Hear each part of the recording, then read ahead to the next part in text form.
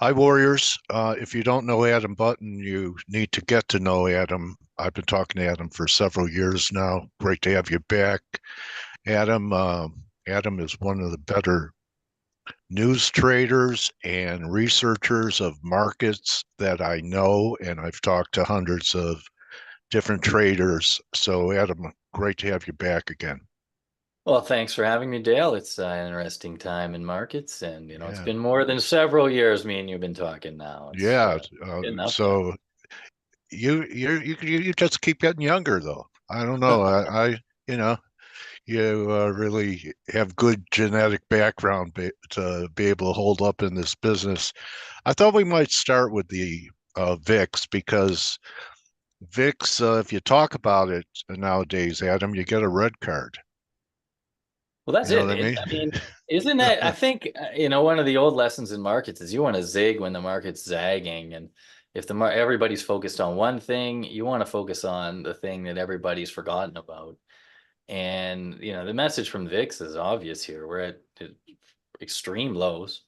And that's complacency, right? Yeah. It's been a great bull market. You have equities hitting record highs. Was this 7 days in a row? Summer market, there's some obvious risks on the horizon, and the VIX is not pricing in any of that. So you want to buy insurance when it's cheap, right? Yeah. And you know what's interesting that I've noticed, Adam? I thought we'd be at 12 by now with what you just mentioned, successive record highs over the last month or so, and we're still not at 12, which would complete a three drive pattern. Not saying it can't get there, but subtly, it's trying to show that it's hard for it to go down. And, if you go back to the end of 23, we were under 12. And when you consider what the market has done since the end of 23, we were at 4,500 or so near the end of 23. And the market has really been on a tear for a long time. Just had this little pullback in April. But VIX is not taking out that 12 level. So someone's buying them. I don't know who it is, if it's just option strategies. And I think the VIX has priced in 18, the term structure, towards a fall for obvious reasons, like you were saying, the uncertainty about the elections here in the US, although they are starting to look more certain as far as an outcome. Um, but who knows? Last time it was Trump and the Republicans that refuted the election results. Maybe this time it's going to be the Democrats that refute it. So, any view Well, on that? Are we going to be able to pull off an election in this country? I mean, a couple things, about the VIX. I mean, that is, I can't imagine a more benign environment than we have right now. I mean, economic data matters less than it did. The inflation scare's over. Yeah, a bit of angst about growth creeping in, but market moves pretty benign, buy the dip every day. And there has been Every some day. political drama, right? There has, with what's happened with Biden, even Yes. that didn't really shake the market in any significant way. So then you look out, and right now, like you said, it's looking like a Republican sweep. I mean, I guess the one question you'd ask, and if you look at betting markets, it's still pretty 50-50 on the house. I mean, there's Interesting. a lot of ticket splitting that's possible. It doesn't, I mean, that doesn't seem like obvious to me, and the momentum in Biden is really bad. So I would presume it would get worse if they keep doubling down on this strategy. But there's a world of difference between a sweep and Republicans with the Senate and the White House and not the House of Representatives. And so that's going to be the drama on the night. And I think a very narrow majority might be pretty tricky as well. But the big question will be those tax cuts and extending them. Okay. And you imagine even if Democrats have the House, that a few Democrats at least would be willing to support that. So it's tough to like lay out all the permutations. And then about this disputed result, like I mean, there's a million things along that can happen with that. with all the candidates. How come in the US we have that? We just saw the UK have an election. I didn't hear any noise about it being rigged. France had an election where Macron lost a lot of seats. I didn't hear Macron talking about Oh, that well, there was phony voting going on. Why you didn't hear here? you Huh? didn't hear too much about it in the US for like 200 years. Even Yeah, in, that's what I mean. Al Gore, what was 2004? What was that? Yeah, Like a few hundred votes swung it, and even then, yeah, like people moved on in what was that you would think would have kicked it off, but the difference is one guy, right? yeah, Uh, certainly. so Yeah, uh, it's he's a tough guy to predict. I mean, when he was first elected, it was interesting in markets because you could sit back and objectively say, like, okay, this is going to be a different playbook. Let's figure it out, and let's find out how to make money with it. But over time, it was just more or less random and exhausting and really hard to pin down. Maybe you can look back and say, okay, there were some things that were kind of trades, but the signal to noise ratio is tough. you, And you know, it's interesting because a lot of people gave credit for the stock market advance, and we did from election night when President Trump won. I mean, I think We that's were limit all we were pretty limit down. nonsense, right? We were I limit mean, down. it's all nonsense. I mean, to ascribe it to a president, or inflation to a president or whatever. I mean, there are things that are set up years in advance that lead the way. And listen, when I was buying on election night, when it was Republican sweep last time, I don't think people realized early on. I remember seeing these guys in January on TV saying, no, divided Congress is better. And I'm thinking these guys are going to cut corporate taxes. Like, how isn't that bullish? And what Right. do? They cut poor corporate taxes, and it was bullish. And then COVID happened. There's all kinds of circumstance that drive things. I mean, right now, like, is Biden responsible for AI?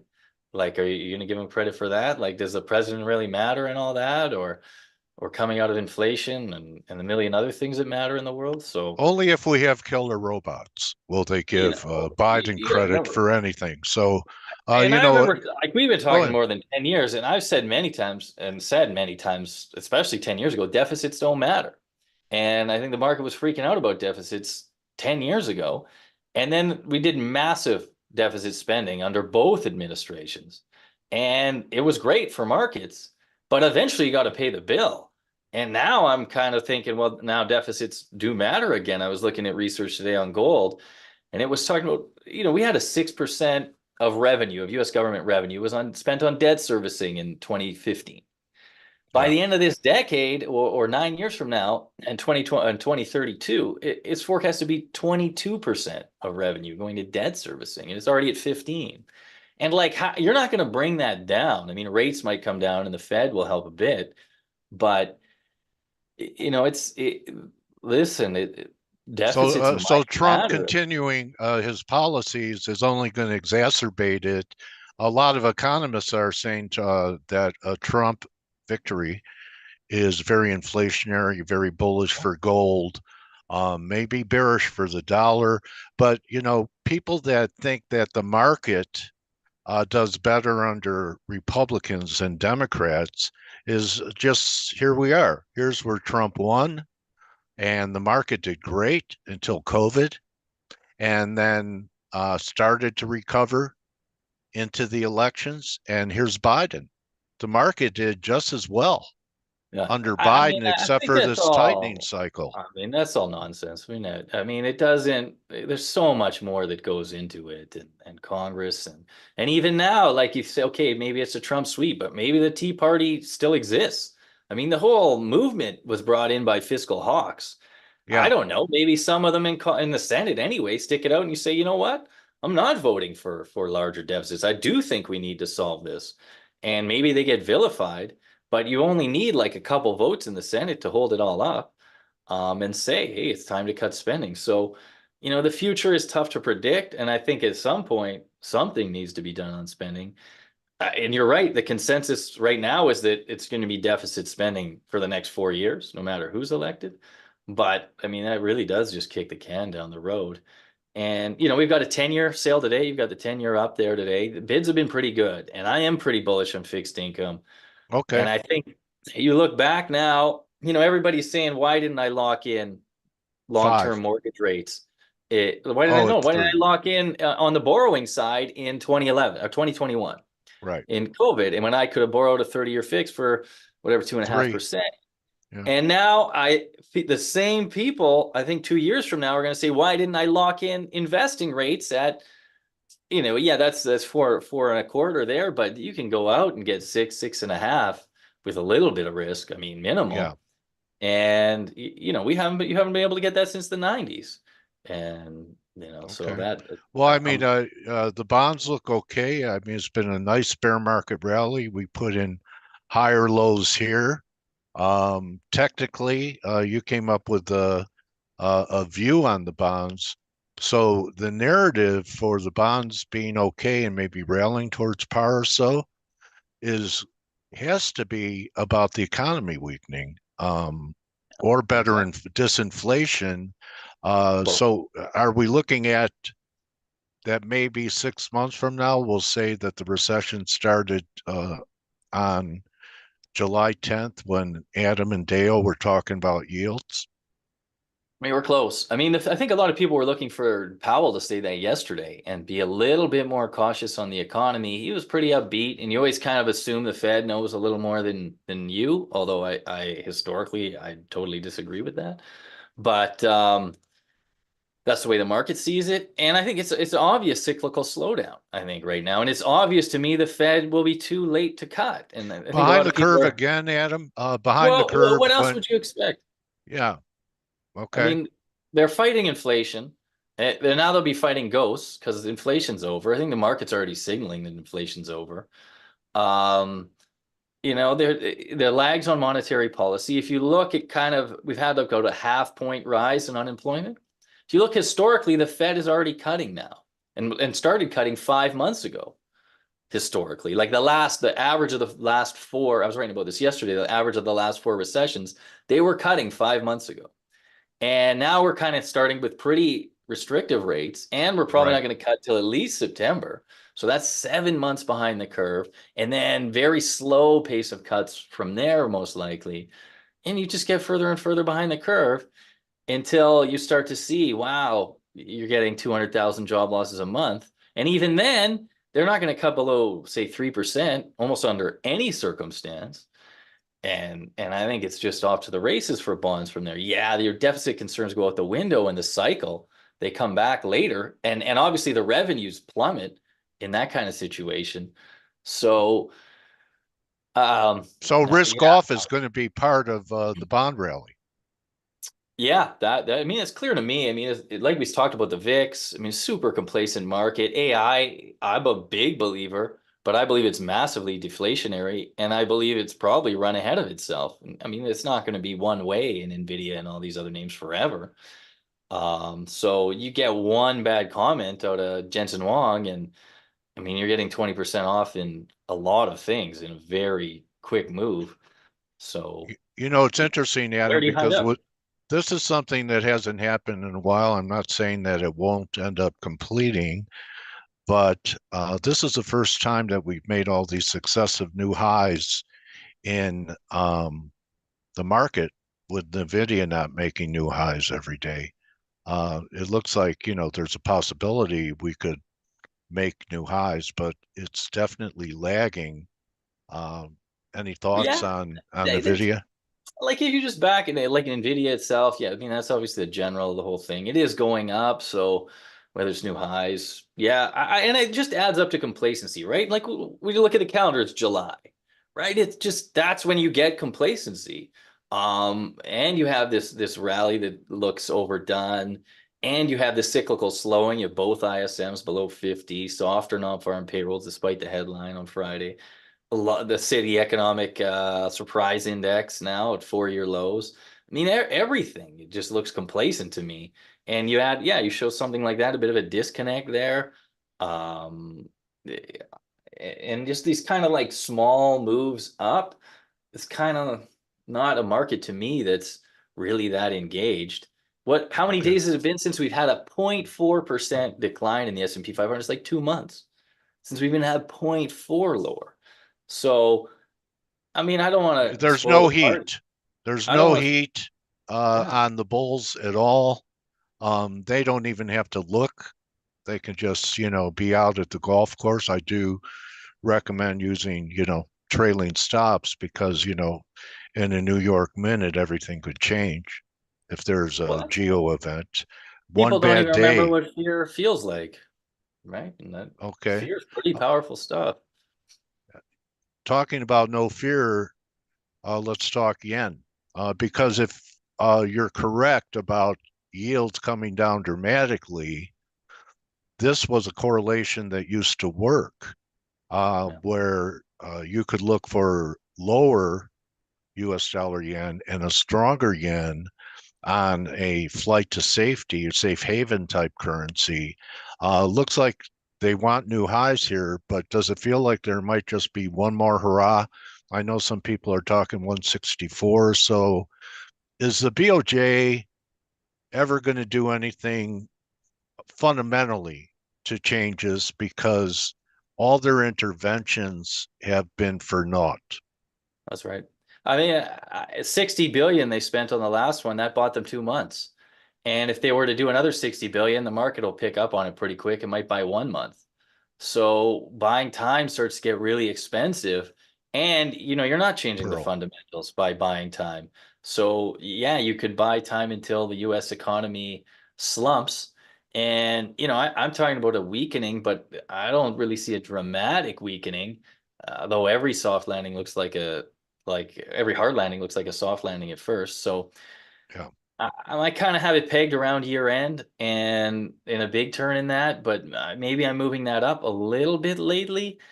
And so if you zoom out this chart too, I mean, this is, if you go to say 5 years, you're going to see like this is not the kind of chart that ends in a whimper, really. I mean, that's a There is. gigantic FX move. It kind of doesn't generally top out with just a kind of sag, flatten out turn. You can get that blow off. And I'd love to see a sort of blow off up to, I don't know, 165, 170, and then really, really leave that classic shooting star kind of thing or a some key way to, a key reversal, some type yeah. of technical signal, a bearish engulfing line, not on your 15-minute chart either, right? I mean, you'd like to see it happen like a reversal Sure. week. Yeah, a week or more, and just see the kind of what's left of. I don't know if there are too many bears in this chart, but any bears left, just puke and get blown out, and yeah, get the RSI or something like that, obscene levels, the whole works. I mean, that you kind of you dream of something like that, but it's not often that a trend like this ends in a whimper. That Okay. said, I think it is starting to look better, though Japan's slowing as well. So I don't know how much was priced in terms of that side helping. Rate hike there isn't going to do anything. Intervention isn't going to do anything. We have a new currency sort of czar installed 2 weeks ago because the verbal intervention wasn't working. Does a new voice Okay. change it? I don't think so. So I'm not really in any rush to fade this one, but I'd Okay. get interested if we did get a pop. Okay. Now I know uh, that you're bearish the Canadian Mhm. economy, and Yeah. I've talked to Canadians about what's happening in the real estate market, and they think it's even going to be worse 2 years from now when the 10-year mortgages reset. So I know you have a view that you're also bearish a Canadian currency, the loonie, but we're sitting really at major support here, Adam. And if we take out 136, that would be a breakdown to me. So can you give me a narrative with a weak economy and say that I might be right and we're headed, you know, back into the mid 130s on a breakdown? What is the narrative for USD CAD to weaken, which means the Canadian's going to strengthen with the economic conditions on the ground in Canada?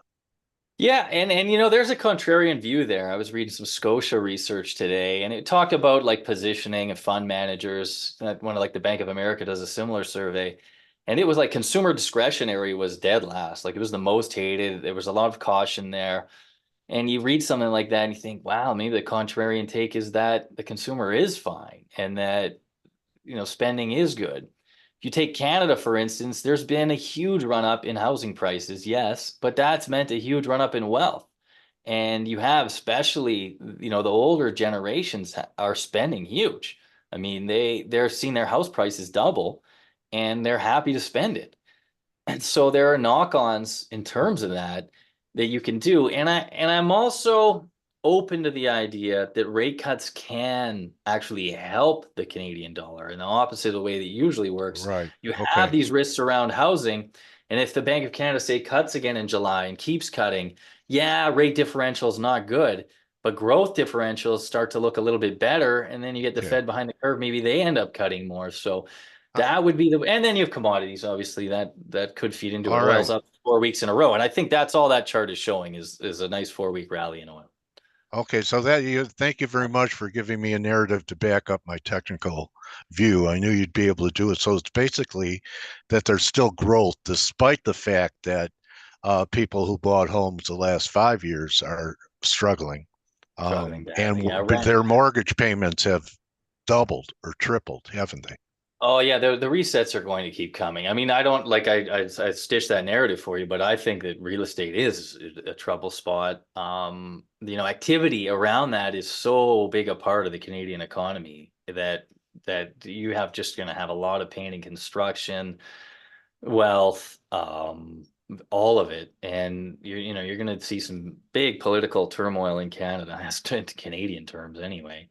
But I end up imagining the election will be much like the UK election, where you price in, we've already priced in the results, and then it happens, and it's not a big deal once it happens. So, Here's another commodity currency that kind of ties in, right? I mean, if Canada USD CAD breaks down, the Aussie's been acting great. well, yeah, the inflation numbers there they've been cooking. Yeah, And the house, like there's a case. Listen, if I'm a short-term minded politician, which all politicians are, I just want to goose the housing market again. You say, well, you know what? Let's cut rates down to low levels and let's keep the party going. And we'll get through another 3 or 4 years and we'll leave it to someone else to deal with. And yeah. that I think is the possible path forward. And it seems to be unfolding in Australia. They are going to hike rates. Then again, Australia has been able to tolerate higher rates in the past.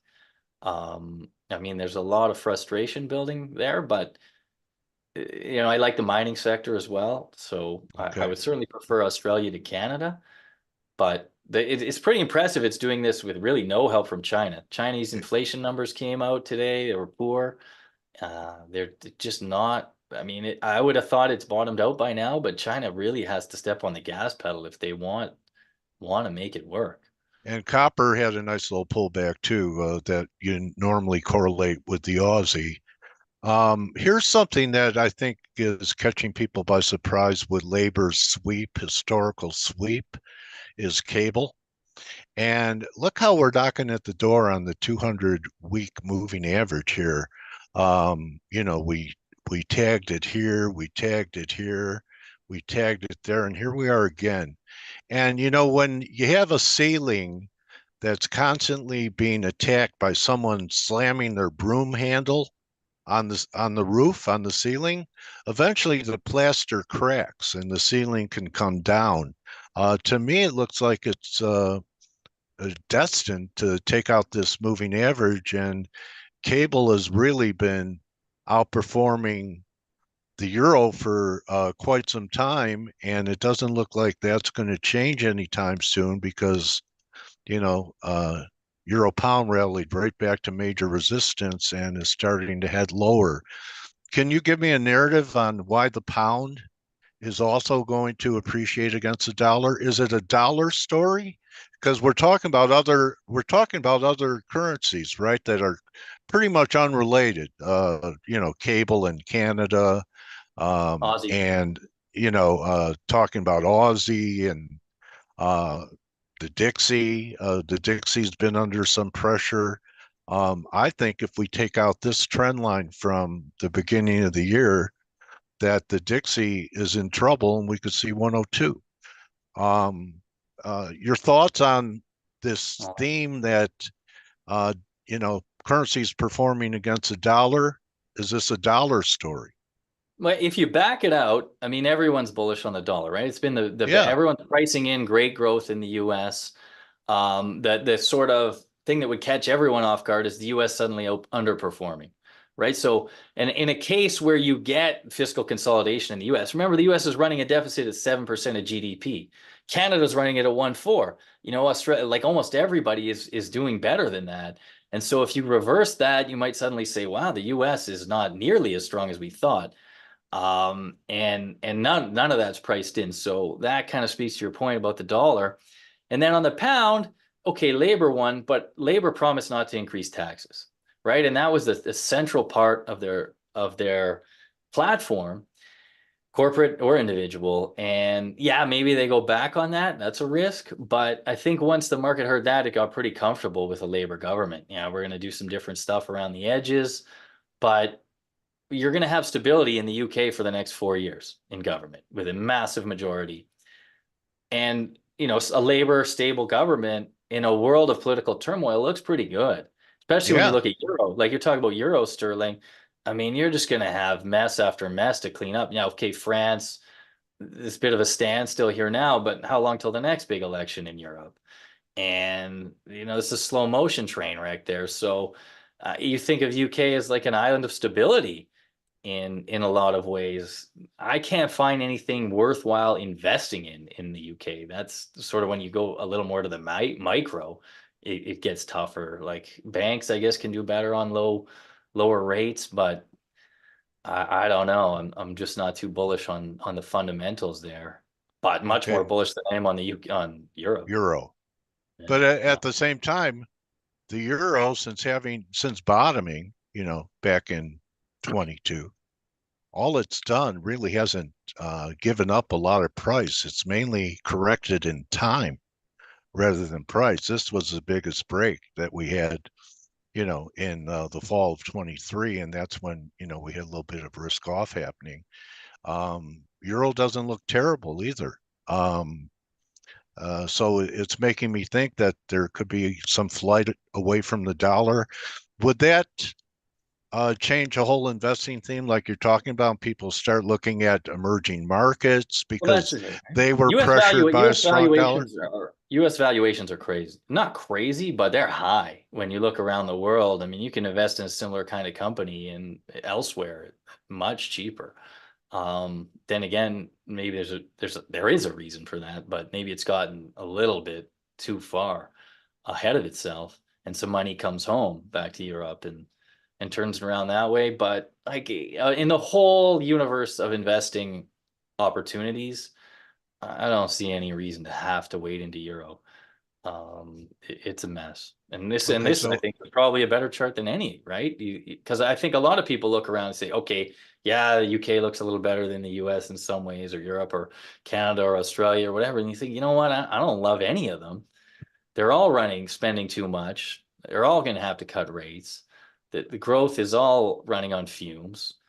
Where do I want to be? And well, here's the chart where people say, why even bother with fiat? They're all fiat.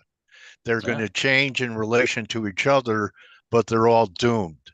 And I just want to ask you something here. We had a pretty clean breakout last week in gold, and then we've tested it here, and we tested it yesterday. Um, if we take out 2350, I think there's going to be a great buying opportunity in gold, and that would happen after they shake out the 2300 bulls.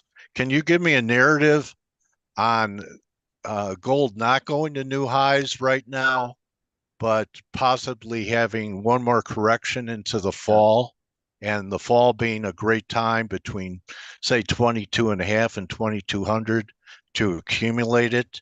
Or should I have FOMO right now, Adam? Well, let's start with two things in the next 24 hours. One, you have a 10-year auction coming up in 2 hours exactly. And you could see, weak demand there, higher yields. Second, you get CPI tomorrow high again. And, even if it's a tick higher, I think you see yields pop, probably see gold sell off. You might see a lot of things sell off on kind of the Fed keeping rates higher for longer, and then we start to get some kicking and squeezing. The one thing that I'm a bit sidelined on gold. I want to buy gold into the fall, not Yeah. now.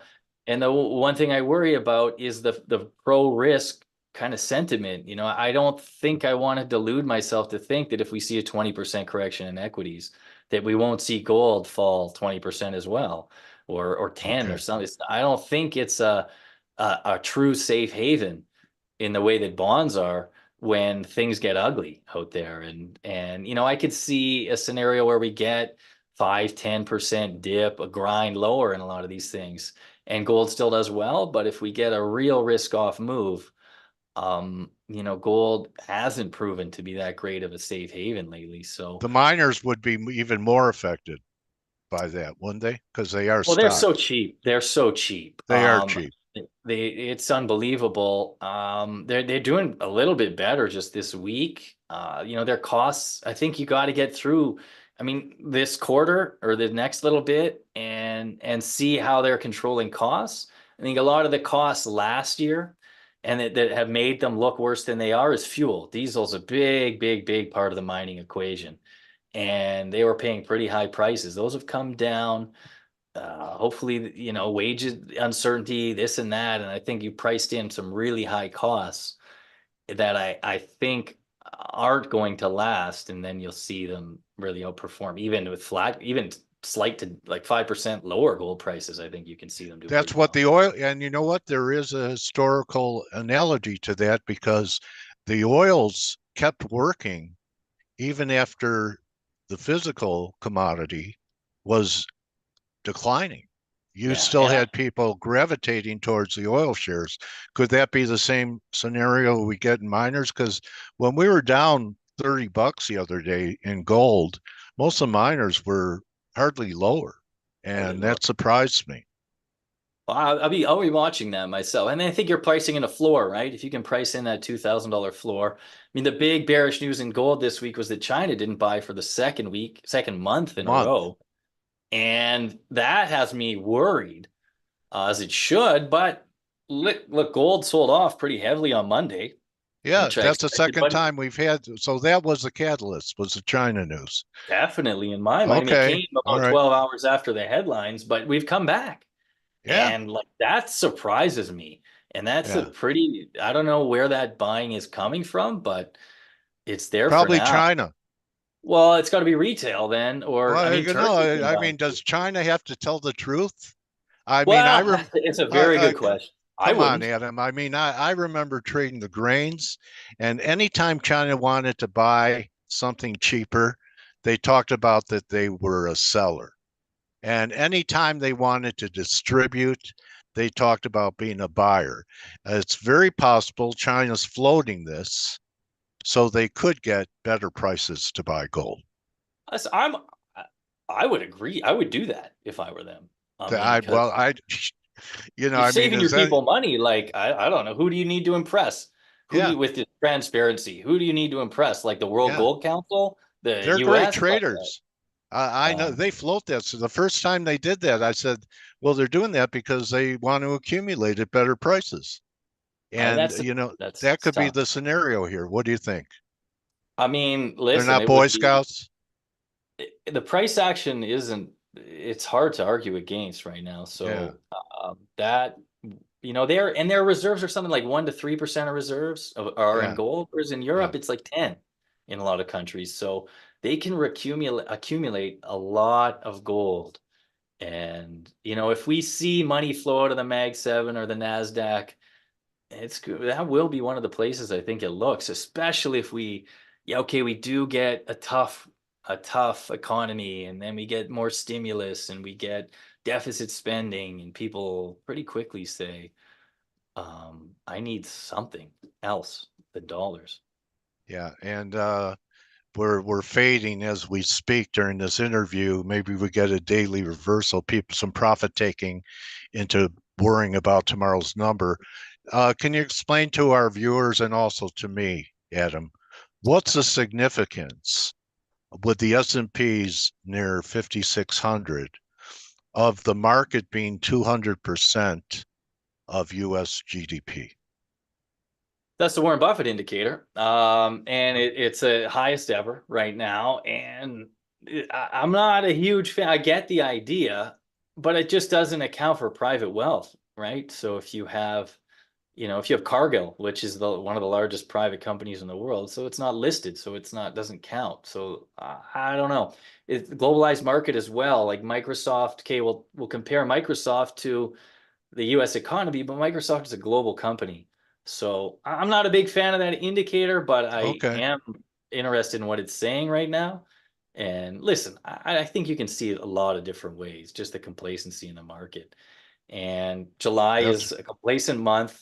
August is a much less complacent month, especially the second half. So you've got 3 weeks maybe to sort it out and to get a little more defensive, to take some profits. And so that, I mean, you can leave the last 5% of the rally to the other guy. There's nothing yeah. wrong with that. And August is a key month, Adam. I don't know if you were born yet, but in August of 1982 was the low in the Dow, I think about 700, launching this prolific bull market. That was 1982. So we're 42 years into the bull market from August of 82. So yeah, what, maybe what was the August would, S&P at then? It was probably at about like 100. about 300, 200, I don't know. Three digits, that's for sure. All right. Um, So anyway, uh, nice idea to keep an eye on August and enjoy July while you're at the barbecue deciding what to fry.